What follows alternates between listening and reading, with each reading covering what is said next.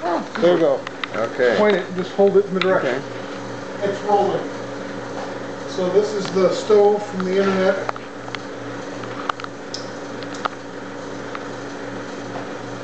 The tough part with this is I'm only using 70% alcohol. Should use 90% or better. This is a venom can with the top cut off and rammed into the bottom. And a bunch of little holes poked in the side of it with a drill. I have to say that these venom cans are a lot harder to cut than the pop cans for their stoves.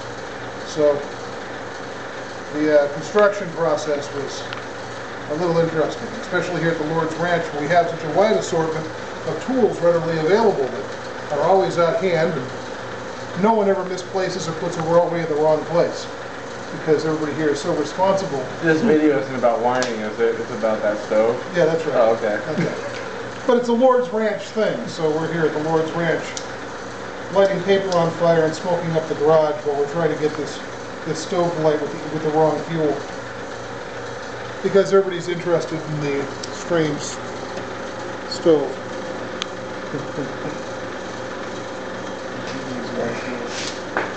Yeah, and the fun part is getting it lit. Would you recommend a torch or one of those? Yeah, one of those long-handled lighters is really good. That's what they use in the other demonstration videos, but that's pretty rare here. So, once it gets warm enough on the inside and actually heats up the inner lining of this thing, maybe you can get a shot from the top down. Can you do that? Can you see that? Mm-hmm. There's a double layer there. You can see it's the mouth of the bottle. So this inside is what's warming up, and once it warms up enough, you'll see there are pinholes all the way around it, and that'll force the gas from the vaporized alcohol out those little pinholes. Please don't put the camera too close, because I don't want it to catch fire. Because that's a danger at any time here. Pretty much any time now since we lit it, it's getting warmer. So at any time now it can suddenly flare up and do its thing. I did this earlier today, but I wanted to get it on video, and I think that gets a total of 10 minutes. So we have 10 minutes to make this happen, or it doesn't fit on a YouTube upload. So it doesn't matter the size of the can. You can use a bigger can for it, or that has to be a specific smaller kind of can actually preheats faster. Okay. Oh, yeah. So I did this with a wood saw and a miter box by hand. Okay. So it was the wrong saw for the job, instead of like a hacksaw, which I couldn't find anywhere on the ranch. Yeah. Okay. I scored it by taking the razor blade and putting it on a flat surface and then spinning the can against it to get it marked in the right place. You know, and then I took like a hunk of cordwood and split off a piece about the size there, and then like bashed the thing down inside the hole. Okay. Right. Later on, it was a little cattywampus, so I had to take a socket and put it in the hole and kind of wrench it over with an extension. And that kind of got it where it was supposed to go. And then it was a little tiny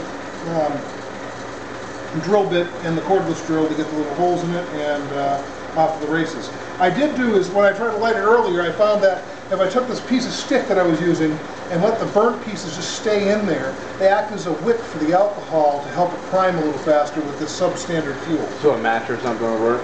Yeah, usually. And again, from all I've seen in the videos on YouTube, you're supposed to use heat or denatured or something that's actually better than the 99-cent 70% alcohol.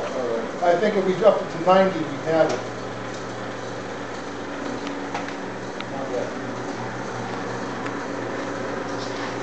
What's that thing saying for time?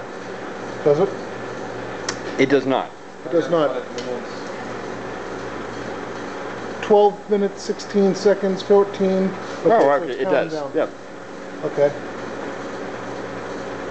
So we still have time left on the video. And then I might be able to edit some of this out. Chop it up, make it so it doesn't seem like it drags out so long. You want to turn it off until it gets lit? And then no, just keep it going. Okay. Is it lit now? Not yet. It's just now starting to heat up the primer plate. It's starting to light now. Yeah, see it? I see that. Oh, uh-huh. Oh, wow. Oh, wow. Oh, sick.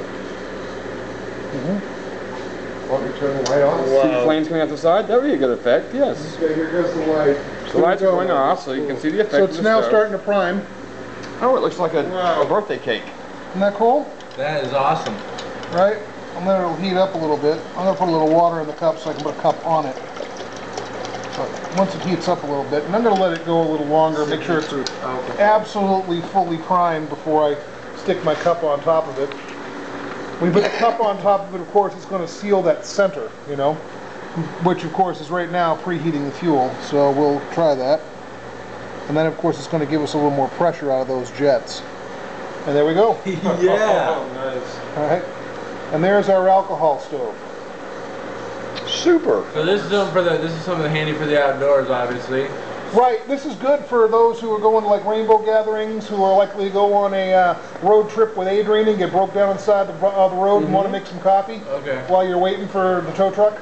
Or penitentiary for dummies. So wind resistance for this thing right now. Wind resistance is horrible.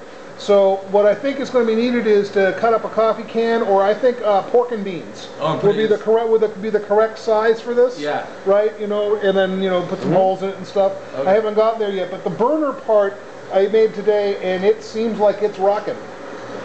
That looks pretty good, actually.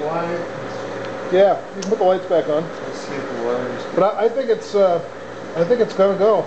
No, that's thinking awesome. I'm thinking about clam chowder and everything right now on the beach. Yeah.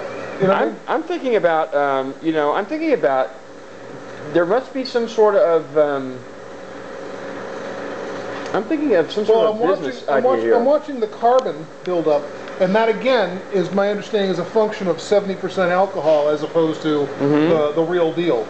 Okay, but the fact that it works on 70% alcohol is a plus. Right. I mean, even though it's a pain to get it going, that's like a Walmart item. So how much alcohol is actually making that?